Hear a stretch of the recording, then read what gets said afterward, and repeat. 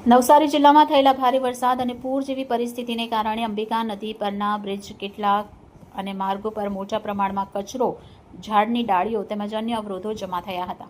વાહન વ્યવહારને સુરક્ષિત અને સરળ બનાવવા માટે માર્ગ અને મકાન રાજ્ય વિભાગ નવસારી દ્વારા તાત્કાલિક ધોરણે સફાઈ કામગીરી હાથ ધરવામાં આવી છે. વિભાગ દ્વારા રસ્તા હાંસાપોર, અબ્રામા, અમલસાડ, બિલીમોરા માર્ગ પર આવેલા અંબિકા બ્રિજ ખાતે યુદ્ધના ધોરણે સફાઈ કામગીરી હાથ ધરવામાં આવી છે.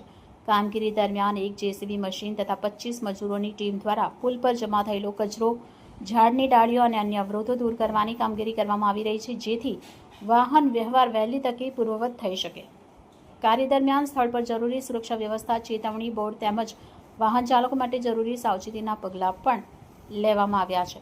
માર્ગ અને મકાન વિભાગ નવસારી દ્વારા જિલ્લાના મુખ્ય માર્ગ અને પુલોની સતત દેખરેખ રાખવામાં આવી રહી છે. જ્યાં ભારે વરસાદ કે પૂરથી અવરોધ અથવા નુકસાન સર્જાયું છે, ત્યાં તાત્કાલિક સફાઈ અને મરામતની કામગીરી હાથ ધરી માર્ગ વ્યવહારને ઝડપથી પૂર્વવત કરવા માટે વિભાગ સતત કાર્યરત હોવાનું માર્ગ અને મકાન રાજ્ય વિભાગ નવસારીની દ્વારા જણાવવામાં આવ્યું છે. Bureau chief Sunil Kanjawala, bullet 26 Gujarat.